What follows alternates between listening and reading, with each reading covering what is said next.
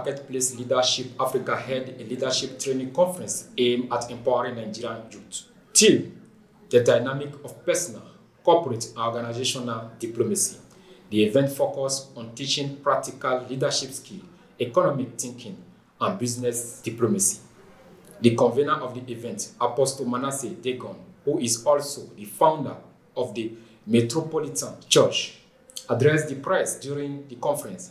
He stated that the goal of the program is to raise well-equipped leaders by training them in key areas such as negotiation, corporate diplomacy, and leadership ethics. He also said, young people are the future of Africa, but they cannot become effective leaders without proper training. The essence of this conference is to be able to bring leaders together and to teach them strategic principles from the Bible and how to be able to administer the will of God in systems and industry. The purpose of this is to be able to mentor and to be able to give perspective to entrepreneurs and marketplace leaders, to be able to understand how the dynamics of power function, how to be able to understand the power of diplomacy, how to be able to engage on negotiation on certain business tables, how we can be able to, as leaders, understand the significance of positioning ourselves to be able to be used by God to establish His counsel in systems and the nations of the earth.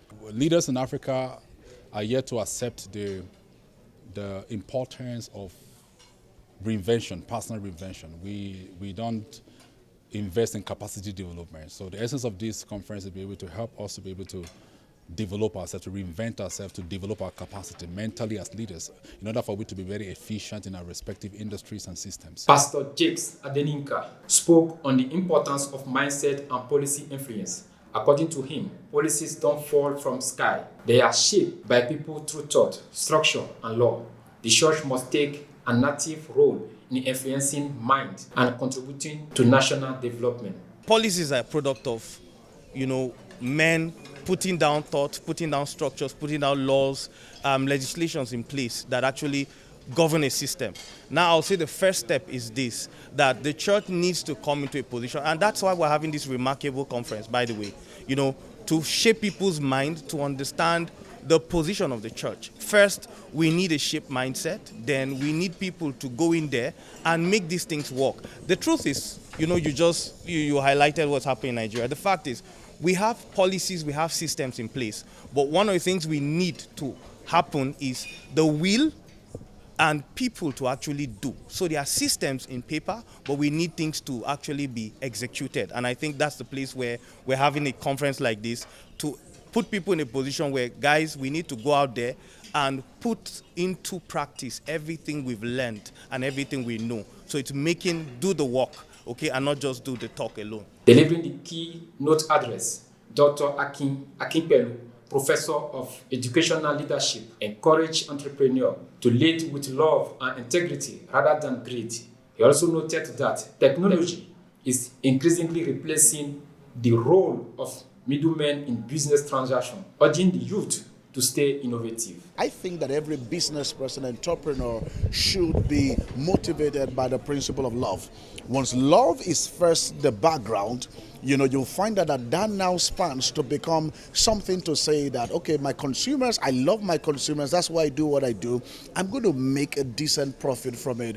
You tell yourself that you can almost by your conscience say to yourself that, come on, if I truly love my consumers, this profit margin is practically too high for you to treat another human being like that. So I think it comes from the balance of the perspective of your motivation. So if it comes from love, but if your motivation is just from the point of grief, saying that I just want to make money and I don't want to pay attention to people, so it means that you are going to have a lot of trouble there. So I think that people first, people management first, before what is called profit margin ratio. One of the participants, Temitope Jacob, CEO of Elegance Empire Limited, shared her thoughts on the experience.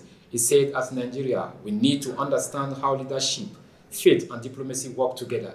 The business space in Nigeria is already overcrowded, and only exceptional delivery can set us apart. The marketplace in Nigeria is so saturated. We have a lot of people doing different things, all right? We have the same kinds of businesses operating in Nigeria, and we as Nigerians are meant to deliver exceptionally. So when we have Nigerian brands, people that have businesses in Nigeria, we are just meant to deliver exceptionally everywhere we go around the world. That way we protect our image as Nigerians.